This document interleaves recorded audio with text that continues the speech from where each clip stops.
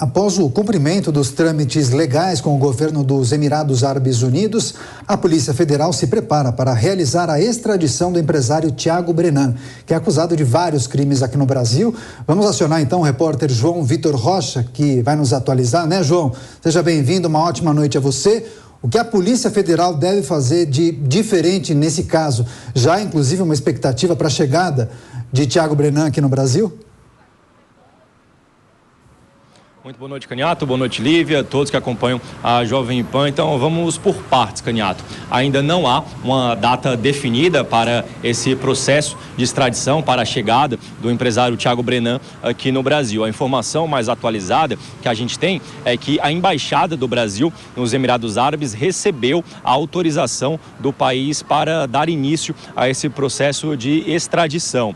Tanto que, no dia de hoje, o Itamaraty, o órgão internacional por cuidar desses trâmites internacionais aqui do Brasil, divulgou uma nota falando sobre essa autorização. O Itamaraty disse o seguinte, abre aspas, a embaixada está para comunicar o Itamaraty sobre essa comunicação do governo dos Emirados Árabes. Ao longo do dia, o Itamaraty e os órgãos brasileiros vão ser comunicados para organizar as equipes responsáveis para ir buscá-lo.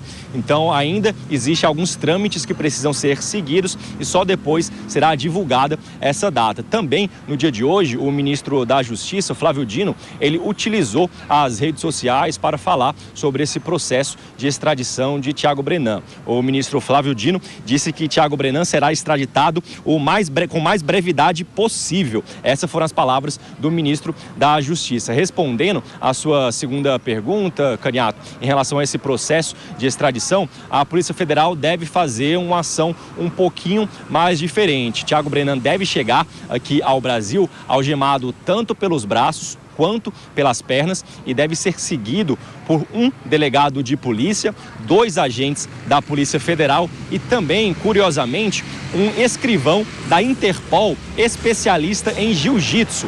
Isso porque o Thiago Brenan, ele pelas redes sociais se mostra um professor de jiu-jitsu, faixa preta na arte suave, e ele também tem todo um histórico de violência. Então, por conta disso, a Polícia Federal resolveu se precaver com esse especialista. Depois que chegar aqui ao Brasil, o Thiago Brenan será levado para o Centro de Detenção Provisória de São Paulo, onde ele vai cumprir a sua prisão preventiva. O Thiago Brenan, ele foi preso inicialmente nos Emirados Árabes no dia 17 de abril, país para o qual ele fugiu ainda em setembro do ano passado, ainda no final do ano passado, depois que começou a pular essas investigações, essas denúncias contra ele. O Thiago Brenan, ele é acusado pelos crimes de estupro, agressão, cárcere privado e ameaça. São 5 os mandados de prisão que estão em aberto aqui no Brasil contra ele. Primeiro por agredir uma modelo e sequestrar, tatuar e estuprar uma segunda jovem e também por estuprar uma outra jovem e uma quarta mulher, viu, Caniato e Lívia? Tá certo. Esse caso que envolve Thiago Brenan tem muitos desdobramentos. A gente vai acompanhar, claro, todo o processo de extradição. A Jovem Pan News segue acompanhando e o João Vitor Rocha volta daqui a pouco com mais notícias aqui na programação. Nelson Kobayashi, queria um rápido comentário, uma rápida análise acerca desse processo de extradição. O que surpreende é justamente a Polícia Federal destinar agentes com uma preparação especial. Alguns dominam as técnicas de artes marciais e também temos a informação que ele virá algemado pelas mãos e pelos pés. Agora, o que justifica essa preparação? É o histórico de violência, a compleição física dele também domina técnicas de artes marciais, ou risco de fuga ou tudo junto?